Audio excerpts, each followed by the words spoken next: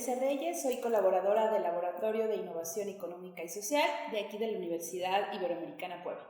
Y hoy quiero platicarles de un tema muy importante, me parece que un tema fundamental cuando hablamos de las cooperativas y tiene que ver con la asamblea.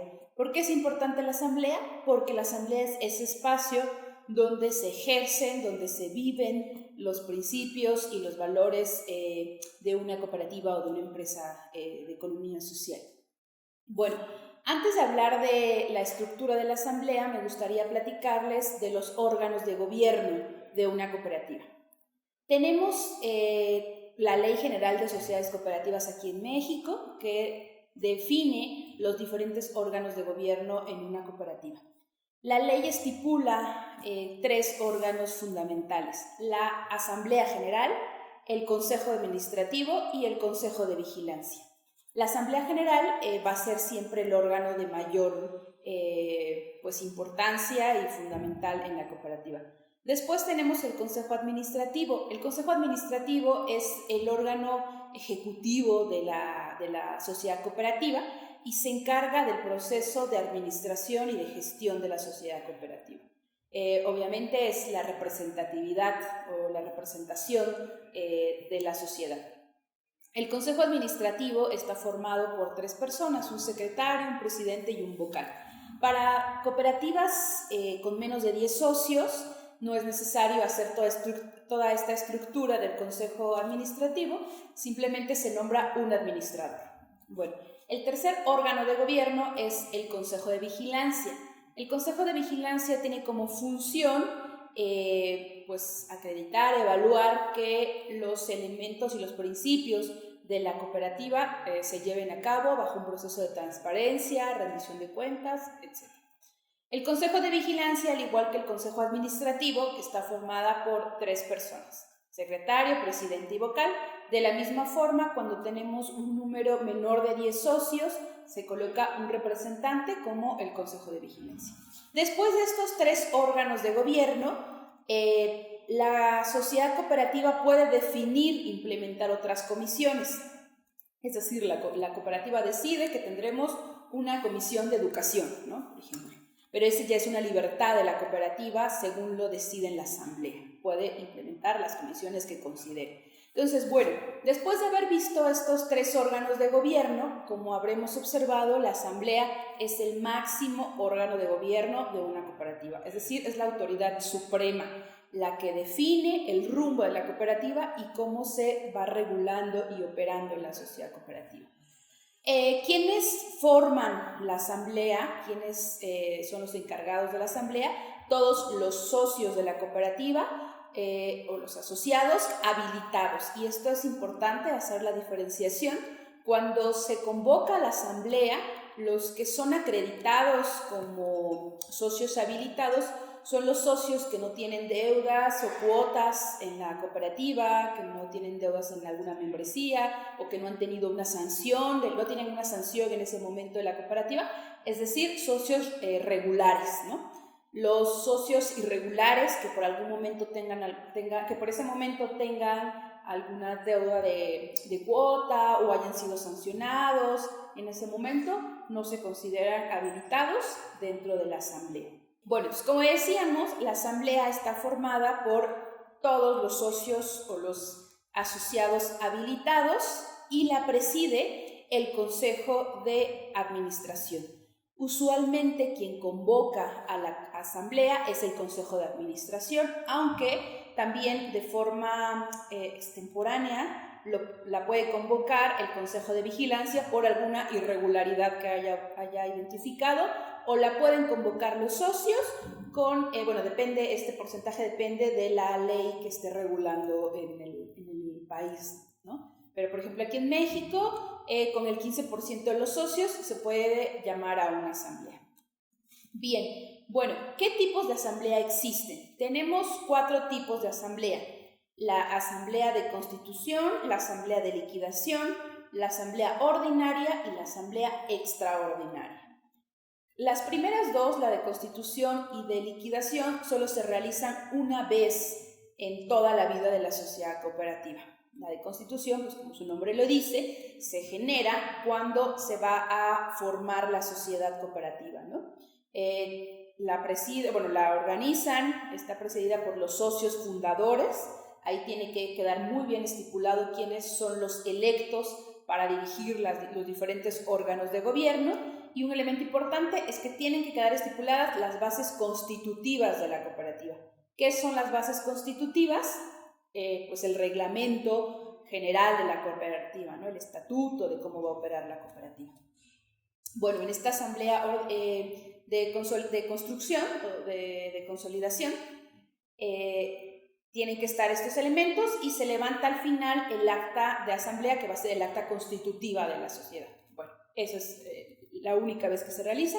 Y la de liquidación, pues es cuando la cooperativa se disuelve, ¿no? Se puede disolver porque ha incumplido algún tema de ley y ha sido un proceso de sanción, porque las 2/3 partes de la cooperativa deciden suspender la sociedad también. Bueno, hay una serie de requisitos por los que se puede suspender, pero la asamblea de liquidación es justo para hacer este cierre. Y de ahí tenemos la asamblea ordinaria y extraordinaria. La asamblea ordinaria, bueno, esta es una asamblea que por ley está reglamentado que se tiene que convocar a todos los socios una vez al año. Y aquí se discuten pues temas muy centrales de la organización, ¿no? Por ejemplo, la construcción de los consejos o de los órganos de gobierno, la distribución de utilidades o algún elemento mucho más específico de inclusión o de exclusión de socios. Y de ahí tenemos la asamblea extraordinaria, que justo se desarrolla de forma extemporánea cuando así lo amerite la organización, ¿no? ¿Cuáles son las funciones de la asamblea? Como hablábamos, al ser el órgano de máxima autoridad, tiene funciones muy centrales en términos de la organización de la cooperativa. Por ejemplo, por la asamblea tienen que pasar la inclusión, la exclusión o la salida voluntaria de un socio. Cada que entre o salga alguien de la cooperativa tiene que ser decidido y aprobado dentro de la asamblea. Tienen que pasar por ahí los programas de gestión de los órganos de gobierno de la sociedad cooperativa, ¿no? El Consejo de Administración tiene que dar su programa de ejecución y su informe de acciones, igual que el Consejo de Vigilancia y demás órganos que haya. También tiene que pasar por la asamblea el aumento o la disminución del capital social que tiene la sociedad cooperativa. También tiene que pasar por la asamblea la elección de las personas que liderarán el Consejo Administrativo o el Consejo de Vigilancia. Y un elemento bien importante que tiene que pasar por la asamblea es el reparto de utilidades. Bueno, primero el informe financiero del ejercicio fiscal de la cooperativa, y también en la asamblea se decide cómo va a ser este reparto de utilidades. Bueno, ¿cómo se convoca a una asamblea? Para convocar a una asamblea, por ley, en México se establece que tiene que ser 7 días naturales antes de la fecha y hora de convocatoria. Y es bien importante este elemento. La parte de convocatoria tiene que ser en el domicilio estipulado de la sociedad cooperativa, ¿no? Y la publicidad para la convocatoria tiene que estar pegada dentro de la cooperativa y de lugares muy visibles, ¿no? Es decir, se tiene que garantizar que todos los socios puedan tener acceso a observar la convocatoria de la asamblea. Cuando se convoca la asamblea y no llega el número mínimo de socios, que son 50 más 1, se suspende la asamblea, no se puede ejecutar porque no hay quórum, y se procede a realizar otra convocatoria. Si en la segunda convocatoria no llega el quórum suficiente, por ley se establece que sí se puede dar una asamblea, ¿no? Implementar una asamblea. Quien convoca a la asamblea, comentábamos que es el Consejo de Vigilancia o el Consejo Administrativo, pero también podría estar convocando los socios por alguna irregularidad o eventualidad que se presente. ¿Cómo se desarrolla una asamblea? Ya que se realizó la convocatoria con este proceso de antelación, lo primero que hay que revisar cuando se comienza la asamblea, quien va a presidir la asamblea es el presidente del Consejo Administrativo o el administrador. Lo segundo que hay que revisar es que existe el quórum, tiene que haber 50 más 1. El tercer elemento es revisar el orden del día, y eso es bien importante. Cuando se convoca a la asamblea, en el panfleto de convocatoria tiene que ir muy bien estipulado el orden del día y los temas que se van a ver en la asamblea. No se puede colocar, incluso, y esto es por ley también, no se puede colocar temas otros o temas varios. Tiene que especificarse el nombre del tema que se va a trabajar en la asamblea.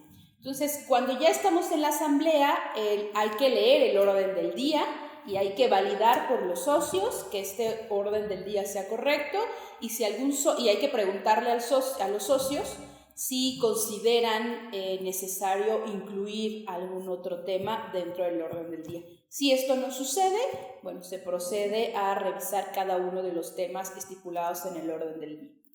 Bueno, un elemento importante de la asamblea son las actas de asamblea. Siempre que se realice una asamblea tiene que haber un acta que estipule los temas, los acuerdos, la hora y la fecha en la que se lleva y la firma de los participantes. Recordemos que en toda sociedad cooperativa, una persona, un voto. No hay diferencia en el porcentaje de capital social que tenga el socio, porque siempre hay regulaciones, ¿no? Un socio no puede tener un mayor capital, una mayor aportación en el capital social. Entonces, en la asamblea siempre se va a estipular un participante, un voto. Bueno, les agradezco mucho la atención a esta cápsula, y como comentaba, es importante que cada uno revise dentro del país en el que está cuál es la ley general de sociedades cooperativas, cuál es la ley que regula las sociedades, porque en los países hay una variación siempre en la estructura de ley, ¿no? Entonces, para que no vayan a caer en un incumplimiento a la ley, siempre es importante que la revisen. Y de repente se escucha toda esta estructura de la asamblea como para empresas muy grandes, como para cooperativas muy grandes o empresas de economía social muy grandes. Sin embargo, aunque sean cooperativas pequeñas de más de 5 socios, porque también es estipulado que para una cooperativa de producción o de producción tienen que ser por lo menos 5 socios. Entonces, si son más de 5 socios, pero menos de 10, digamos que la cooperativa no es una cooperativa tan grande, y ustedes dirían, bueno, no necesitamos toda estructura. No, sí tendrían que tener una regulación y respetar los elementos de ley, aunque sean una cooperativa muy pequeña.